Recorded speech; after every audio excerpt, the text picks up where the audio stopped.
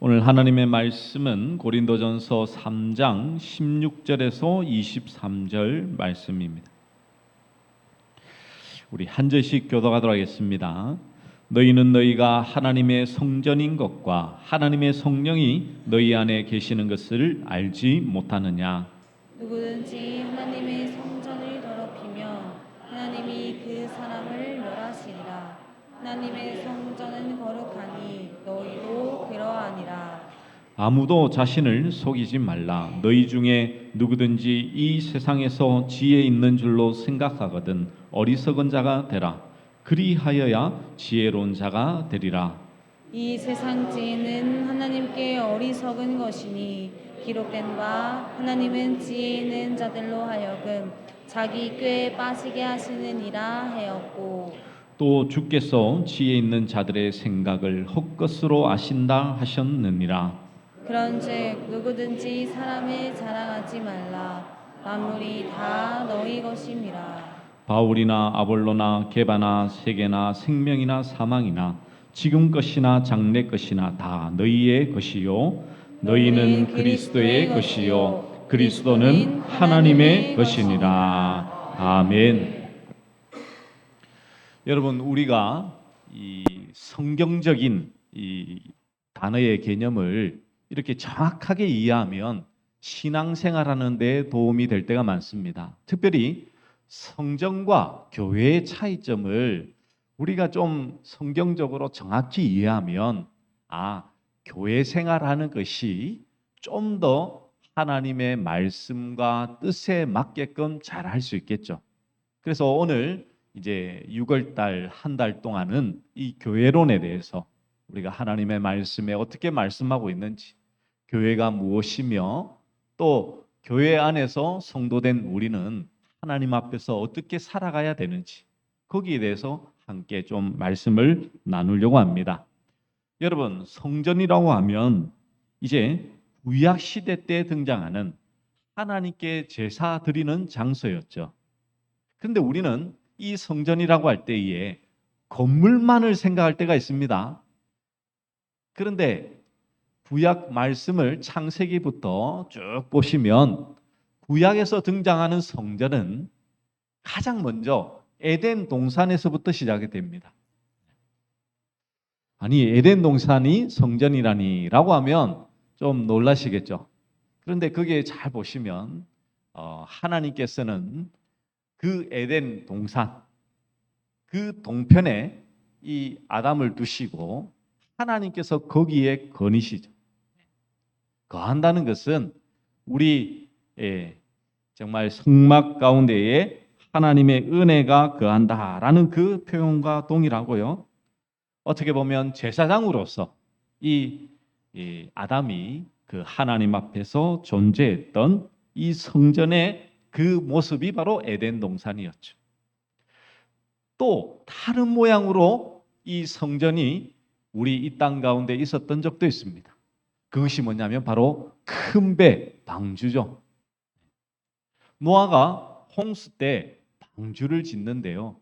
그 가운데에 하나님께서 그 방주와 함께 하시죠. 이 세상에 모든 물로 덮이면서 심판이 임합니다. 심판이 임하는 이 세상 가운데에 오직 방주만이 하나님의 임재가 있었던 것이었죠. 그래서 움직이는 성전이었던 방주가 이 구약 시대의 성전으로 상징적으로 보여지고 있었던 것이죠. 그리고 그 이후에는 이제 뭡니까? 모세 때 지어졌던 강야 성막, 솔로몬 시대에 지어졌던 솔로몬 성전, 헤롯 왕 시대에 지어진 헤롯 성전, 이렇게 건물로서 이렇게 지음을 받게 되었죠. 성전은 사람의 손으로 지은 것이 대부분입니다. 에덴 동산을 제외하고는 사람이 짓고 제단을 쌓고 거기에서 하나님 앞에 제사를 드리며 나아갔던 그 모든 것이 하나님의 성전이었죠. 근데 성경은 교회는 건물이 아니다라고 말씀하고 있습니다. 우리가 교회라고 하면 우리가 생각하는 것은 이 건물 자체를 생각할 때가 많습니다. 원주 시민교회라고 하면 이 원주 시민교회의 이 본당의 모습, 그리고 십자가가 세워진 그 건물의 모습을 생각하지만 성경에서 말씀하고 있는 교회는 건물이 아닙니다. 이 신약 시대의 교회의 헬라어 단어는요, 에클레시아입니다. 에클레시아는 부름받은 자들의 거룩한 모임을 말하죠. 즉, 교회라는 것은 다른 것이 아닙니다.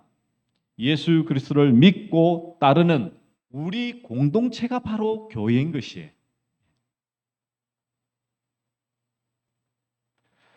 그래서 우리는 언제 어디서든 하나님 앞에 예배를 드릴 수 있죠.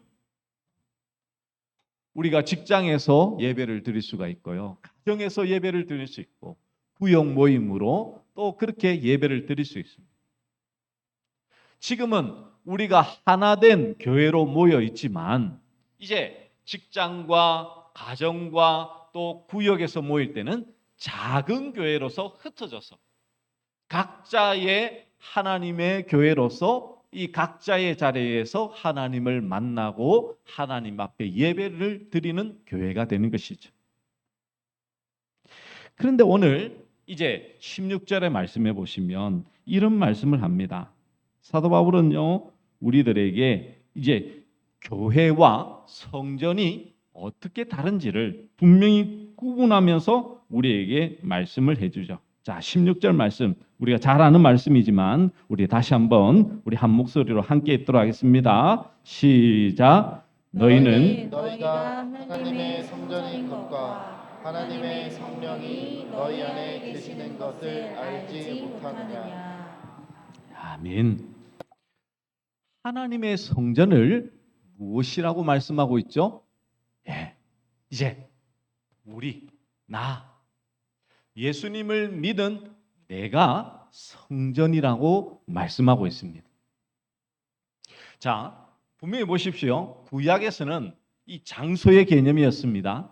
그런데 예수님께서 이 땅에 참 성전으로 오세요.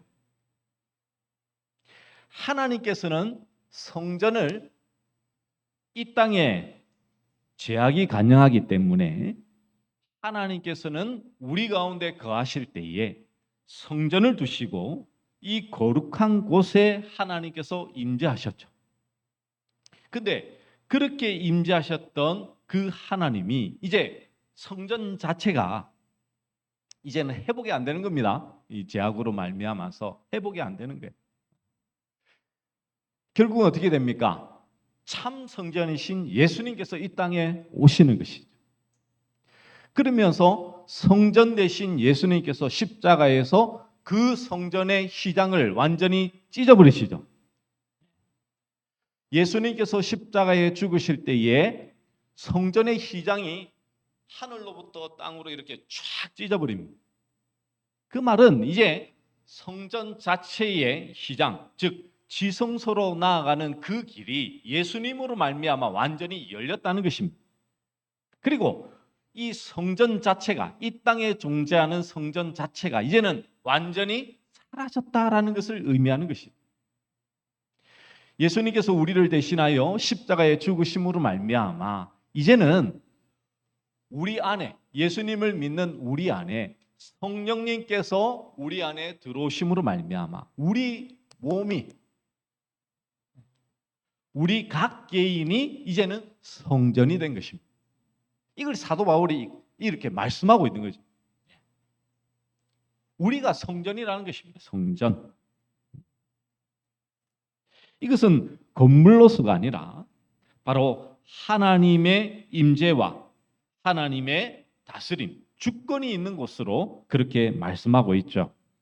시편 114편 2절에서도 이렇게 비슷한 맥락으로 말씀하는 말씀이 나옵니다. 제가 읽어드리면 유다는 여호와의 성소가 되고 이스라엘은 그의 영토가 되었도다라고 말씀하죠. 단순히 눈에 보이는 성소만이 성소가 아니라 하나님이 임재하시는 장소, 하나님께서 주인 되어 주시는 그 장소가 성소가 된다는 것이죠. 그런 의미에서 사도 바울이 이제 너희도 성전이다라고 말씀하고 있는 것입니다. 그래서 이제 구약의 성전의 모습은 없습니다, 여러분. 예. 이걸 이제 여러분들이 좀 잘 이해를 하셔야 돼요.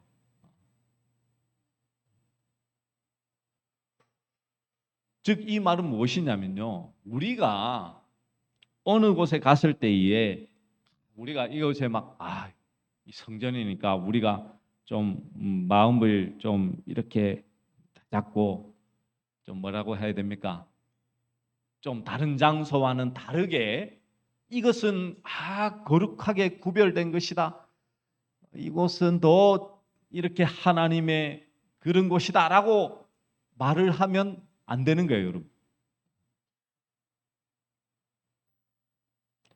하나님께서 이 제약된 세상에 임재하지 못하여 성전을 두시고 그곳을 거룩하게 하시며 하나님이 임재하셨는데 그 임재는 이제는 어디에 임재한다고요? 네. 내 몸, 내 심령 안에. 그 말인즉슨 세상의 어떤 것도요, 이제는 하나님이 거하셔서 거룩해지는 곳은 공간적인 개념으로는 없습니다, 여러분. 이제는 우리 사람된 우리의 몸이 성전이기에 우리가 하나님 앞에서 거룩함으로 서야 된다는 것을 우리는 기억해야 되는 것이죠. 그래서 사도 바울은 에베소서 2장 22절에 너희도 성령 안에서 하나님이 거하실 처소가 되기 위하여 그리스도 예수 안에서 함께 지어져 가느니라 라고 말씀합니다.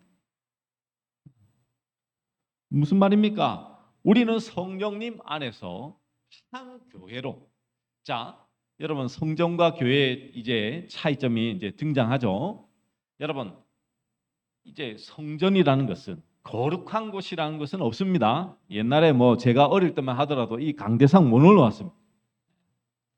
여기가 거룩한 곳이다. 그런 개념은 없습니다. 이제 여러분들 내 몸이 거룩한 거예요. 내 몸이. 왜? 성령님이 내 안에 임하시기 때문에. 근데 성전된 우리가 함께 모이는 곳이 뭐라고요? 교회. 이 교회는 성령님 안에서 함께 지어져 가는 거예요. 함께 지어져 가는 거예요. 교회의 일원으로서 원주 시민교회라는 것은요, 하나님 나라에서는 존재치 않습니다. 한 교회, 한 교회. 예수 그리스도 안에서 한 교회입니다. 그래서 여러분 성경에 나오는 에베소 교회나 고린도 교회나 이런 교회들도요, 그 하나의 교회를 말하고 있는 게 아닙니다.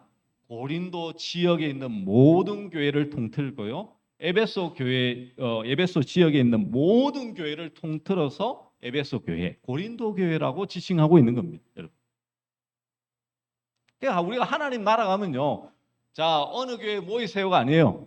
이제는 예수 그리스도 안에서 한 교회로 원주에 있는 교회와 또 서울에 있는 교회, 모든 전 세계에 있는 교회가 예수 그리스도 안에서 한 교회로 어떻게 된다고요? 지어져 가고 있는 거예요.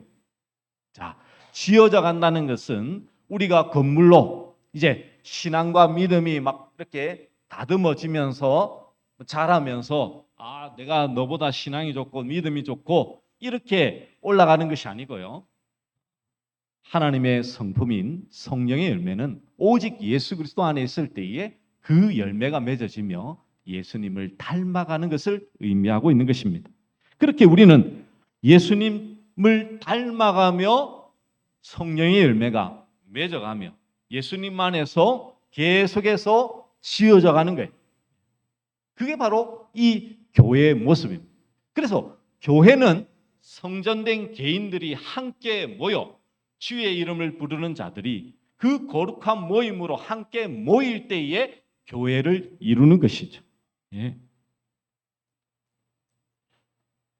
그래서 성전이 하나님께서 거하시는 곳으로 상징되듯이 교회 공동체는 주님의 몸으로서 주님이 사시는 것이죠. 왜?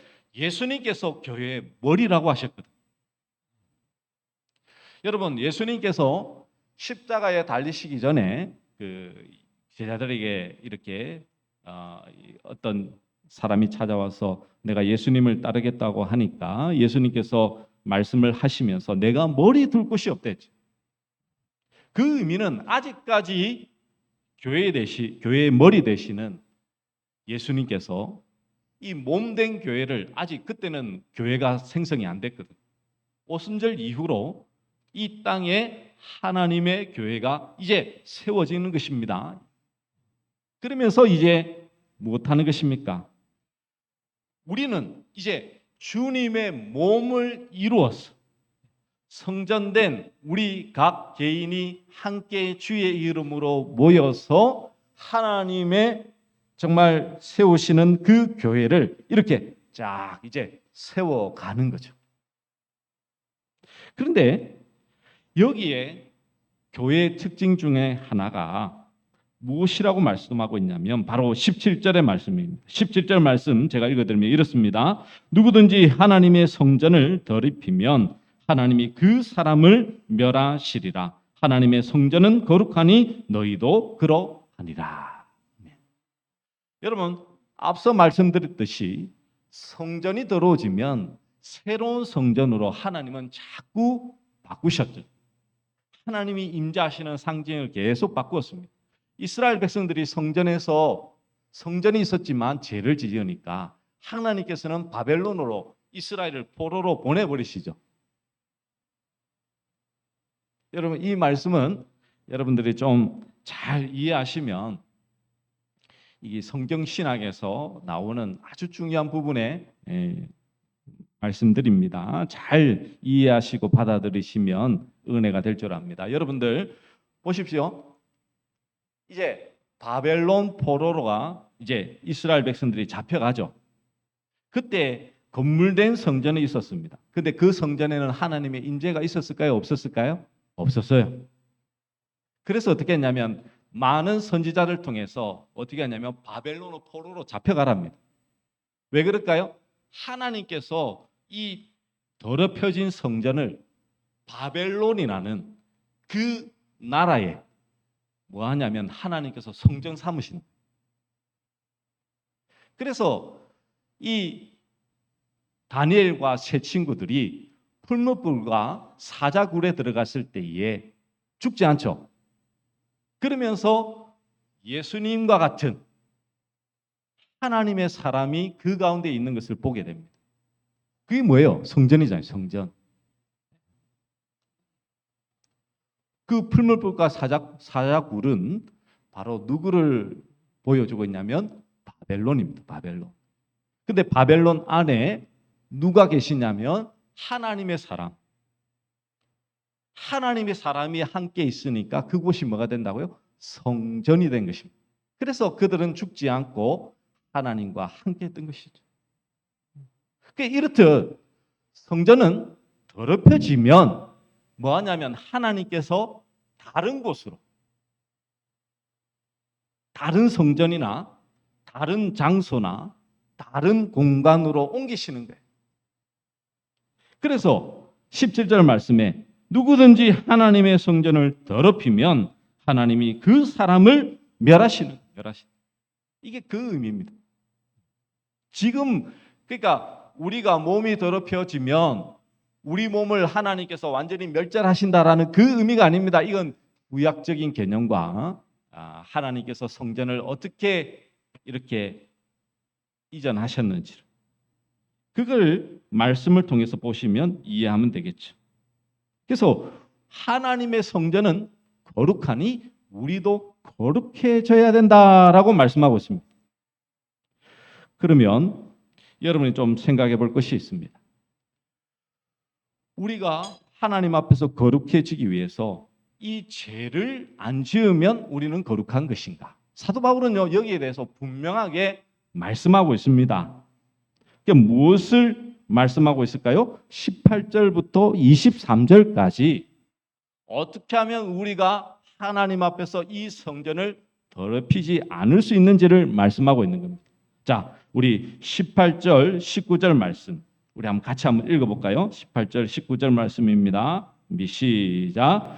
아무도 자신을 속이지 말라. 너희 중에 누구든지 이 세상에서 지혜 있는 줄로 생각하거든 어리석은 자가 되라. 그리하여야 지혜로운 자가 되리라. 이 세상 지혜는 하나님께 어리석은 것이니 기록된 바 하나님은 지혜 있는 자들로 하여금 자기 꾀에 빠지게 하시느니라 하였고. 아멘. 하나님은요, 세상 지혜를 가지고 교회에 들어오는 것을 싫어하시는 것입니다.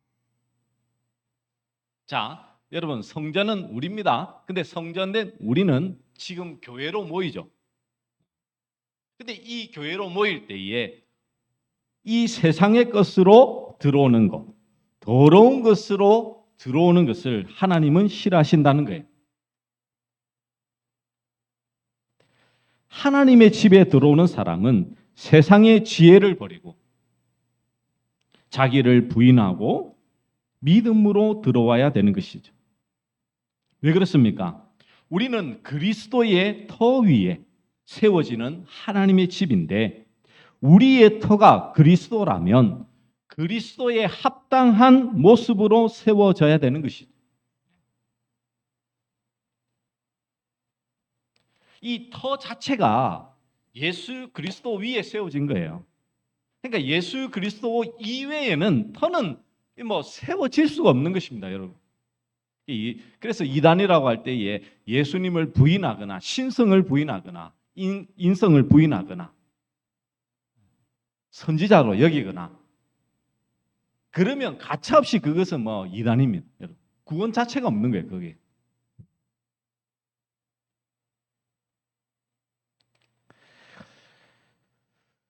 그래서 하나님의 은혜 가운데서 우리는 하나님이 세우신 예수 그리스도의 터 위에 교회로 세우심을 받는데요. 이곳에는 세상의 것, 세상의 지혜가 결코 들어올 수 없다는 것입니다. 세상의 지혜라는 것은 무엇을 말씀하고 있습니까? 이 세상을 살아갈 때에 하나님 이외에 의지하는 모든 것을 말씀하고 있는 것이죠. 여러분, 우리의 몸이 성전인 것을 여러분이 기억하고 바라보신다면요, 우리가 가는 모든 곳이 하나님의 임재가 있는 곳이 되잖아요. 그렇죠? 근데 여러분 잘 보시면 아시겠지만 제가 어릴 때 참 이 신앙적인 그때는 이렇게 아직까지 이 믿음이 이렇게 성숙하지 못하니까 이해하지 못했던 것들이 그거였거든요. 저는 수련회 가서 많은 은혜를 받아왔습니다. 받아왔는데 집에 왔을 때는요, 우리 부모님들이 예수님을 안 믿고 그리고 교회 나가는 것을 핍박하고 그런 모습들이 있었는데 여전히 똑같더라는 거예요.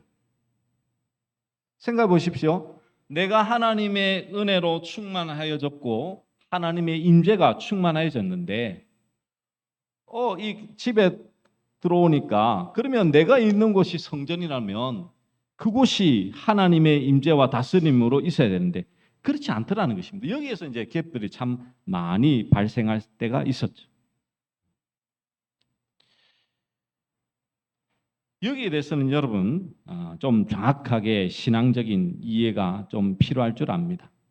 그 부분은 계속해서 우리 교회론을 하면서 그 부분은 정확하게 좀 말씀을 드리겠고요. 오늘 이제 우리가 기억할 것은 그거죠.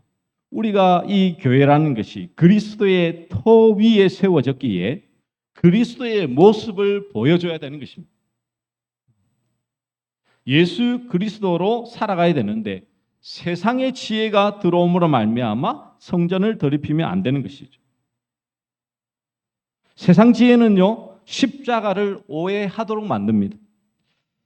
고린도전서 1장 18절에 말씀해 보시면 이런 말씀이 있습니다. 화면에 보시면 나오는데요, 제가 한번 읽어드립니다. 십자가의 도가 멸망하는 자들에게는 미련한 것이요 구원을 받는 우리에게는 하나님의 능력이라 라고 말씀하죠.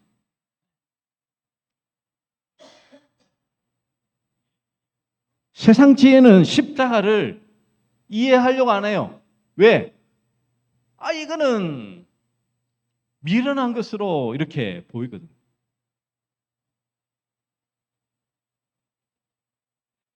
아니 왜 예수님께서 이 땅에 오셔서 우리의 구원자가 되어 주셔야 되는데 우리를 이 죄 많고 로마로 이렇게 핍박을 당하고 먹을 것 없고 굶주리고 힘들고 어려운 세상에 이 모든 것을 초월할 수 있는 구원자로 이 땅에 오셔야 되는데 왜 십자가에 죽냐고. 지금 유대인들은 아직도 새로운 구원자를 기다리고 있죠. 십자가는 구원받지 못한 자들에게는 미련한 거예요. 미련. 이해를 못하는 것입니다. 고린도전서 2장 2절에 보시면 이런 말씀이 있습니다. 내가 너희 중에서 예수 그리스도와 그가 십자가에 못 박히신 것 외에는 아무것도 알지 아니하기로 작정하였습니다. 예수 그리스도와 그리고 그 십자가만을 알기를 원하고 있는 것이죠. 그리고 오늘 이 18절 말씀에도 무엇하고 있습니까? 지혜로운 자가 되기 위해서는 미련한 자가 되어야 된다라고 말씀하고 있죠. 세상의 지혜를 내세우는 사람들의 특징이 무엇입니까? 십자가의 원리와 방법을 거부하는 것이죠. 예를 들면 그렇죠. 하나님의 은혜로 산다라고 했을 때에 십자가의 원리를 아는 사람 같으면 하나님이 주시는 대로 감사하며 사는 것이 은혜다라고 그렇게 살아가겠죠. 근데 그렇지 않으면 십자가는 단지 말로만 외칠 뿐이고 그 사고의 방식은 온갖 세상의 방식과 그 세상의 지혜로 채워져 있을 뿐인 것입니다. 그러면 십자가의 그 방식은 뭡니까? 원리와 방식은 뭡니까? 우리에게 주신 말씀은 다른 게 아니에요. 자기를 부인하고 자기 십자가를 지고 주를 따르는 겁니다. 이게 바로 십자가의 원리거든요.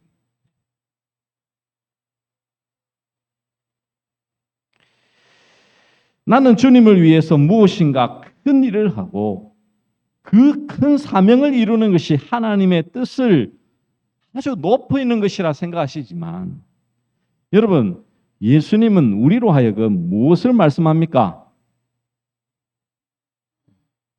우리로 하여금 바로 자기 부인. 자기 부인이라는 건요, 결국은 십자가를 지고 주님이 주신 그 뜻을 가지고 주님 앞에 그 십자가의 길을 걸어가는 거예요. 그것은 결국 무엇을 말씀하고 있는 것입니까? 여러분 21절 말씀 이제 그 결론이 나오죠. 우리 함께 읽도록 하겠습니다. 시작. 그런즉 누구든지 사람을 자랑하지 말라. 만물이 다 너희 것임이라. 아멘. 세상의 지혜를 가진 자들은요 어떻게 하겠습니까? 사람을 자랑합니다. 이게 지금 고린도 교회의 특징이었죠. 나는 바울에게 세례를 받았다. 나는 아볼로의 제자다. 나는 게바를 스승으로 모시고 있는 자다. 그들은 누군가의 사람에 의해 저 사람이 뛰어났기 때문에 내가 저 사람 밑에 있었기 때문에 저 사람에게 세례를 받았기 때문에 저 신앙을 따르기 때문에 나는 뛰어난 사람이라고 그들은 다툼과 갈등이 있었죠. 그게 뭐라고요? 세상의 지혜로 가지고 살아가는 자들입니다. 그래서 교회에 모여서요 사람을 자랑하는 것은요 결코 하나님의 성전의 모습이 아닙니다. 성전된 자들이 교회로 나와서 이렇게 교회로서의 모습으로 살아가는 것이 결코 아니라는 것이죠. 성도가 모였는데 하나님의 성전된 자들이 모였는데도 자랑이 나오고 경쟁이 나오고 시기가 나오고 무시하고 업신여기는 것이 보여지는 이유는 무엇입니까? 여전히 세상의 지혜로 살아가기 때문이죠. 하나님은 세상에서 미련한 자가 되어라고 하시는데 우리들 마음속에는 미련하게 되고 싶은 마음이 전혀 없는 거예요. 내 자신을 부인하면 내가 사라지는 것 같거든. 내가 죽어야 예수 그리스도가 사는데 자꾸만 내가 존재하고 내 자랑, 내 모습을 보이기를 원하는 것이 우리들의 인간의 제약된 모습이죠. 그렇게 여러분, 교회 부흥이라는 것은 숫자가 늘어나는 것이 아닙니다. 죄인이 늘어나는 것이죠. 십자가 앞에 무릎 꿇고 자신이 죄인임을 고백하며 주님을 바라보는 자들이 많아져. 그렇게 죄인됨을 고백하는 자들이 많아지는 것이 바로 교회 부흥인 것이죠. 여러분은 어떻습니까? 여러분은 성전을 더럽히는 자입니까? 아닙니까? 성전을 더럽힌다는 것은 세상의 지혜를 가지고 살아가는 이 교회의 이런 데 모습이죠. 그래서 여러분, 교회를 자랑하려고 하지 말고 자신을 자랑하려고도 하지 말고 여러분 속에 계시는 예수 그리스도를 자랑하시는 여러분 되시기를 간절히 축복합니다. 여러분에게 십자가가 무엇인가를 깨닫게 하시고 세상의 죄를 볼 수 있는 눈을 열어주시는 하나님의 은혜를 자랑하는 것이 참된 교회의 모습인 것이죠. 그리스도의 터 위에서 지어져가는 그리스도의 지체된 우리는 세상의 지혜, 즉 사람을 자랑하는 자로 살아가는 자가 아니라 하나님의 은혜로 살아간다는 것을 이렇게 드러내고 자랑하는 자들의 모습이 바로 참된 성전의 모습임을 기억해야 될 것입니다. 그러므로 이제 각 개인이 성전된 그들이 모여 교회를 이룰 때에 무엇이 없어야 된다고요? 세상의 지혜가 없어야 됩니다. 오직 예수 그리스도만이 드러나는 것이 참된 교회입니다, 여러분.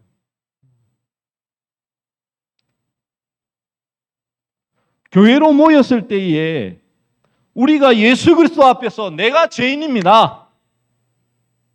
예수님 없이는 나는 살아갈 수 없는 자입니다. 라는 그 고백이 흘러나오는 것이 은혜라고 해요, 여러분. 세상에서 잘 먹고 잘 살고 형통하고 복 받고 우리의 자녀들이 만사 형통하고 내가 살아가는 집이나 재산이 늘어나는 게 복이 아닙니다, 여러분.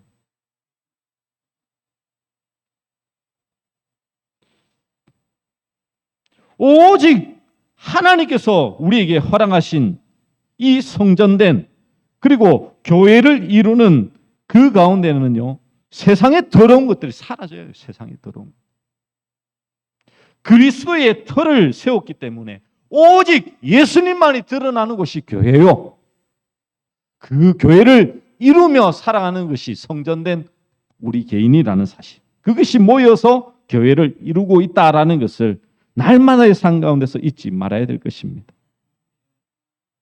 그러므로 이 세상 그 가치관에 매여서 이 세상의 지혜로 그것이 없어짐으로 말미암아 결코 허망한 마음으로 살지 마시고 오직 예수 그리스도 안에서 주님이 주시는 세상이 줄 수 없는 참된 그 은혜의 충만함 속에서 오늘도 오직 하나님의 거룩한 교회를 이루기 위하여 내 몸된 성전에 세상의 지혜를 버리고 세상의 지혜를 버리는 것은 자기 부인을 하고 예수 십자가를 지고 따라가는 삶을 살아가는 우리 모든 믿음의 종들 되시기를 간절히 축복합니다.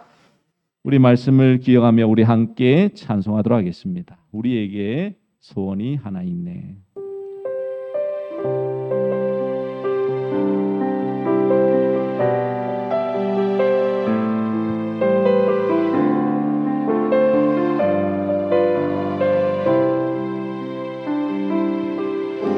우리에게 소원이 하나 있네. 다시 오실 그날까지 우리 가슴에 새긴 주의 십자가 사랑 나의 교회를 사랑케 하네. 주의 교회를 향한 우리 마음 희생과 포기와 가난과 고난 하물며 죽음조차 우리 막을 수 없네. 우리 교회는 이 땅의 희망 교회는 교회되네 예배되네 우리 사용하소서 진정한 긍의 날 오늘 희망으로 우리 사용하소 성령 안에 예배하리라 성령 안에 예배하리라 자유의 마음으로 사랑으로 사역하리라 교회는 생명이니 교회는 교회내게 예배내게 우리 사용하소서 진정한 긍의 날 오늘 희망으로 우리 사용하소서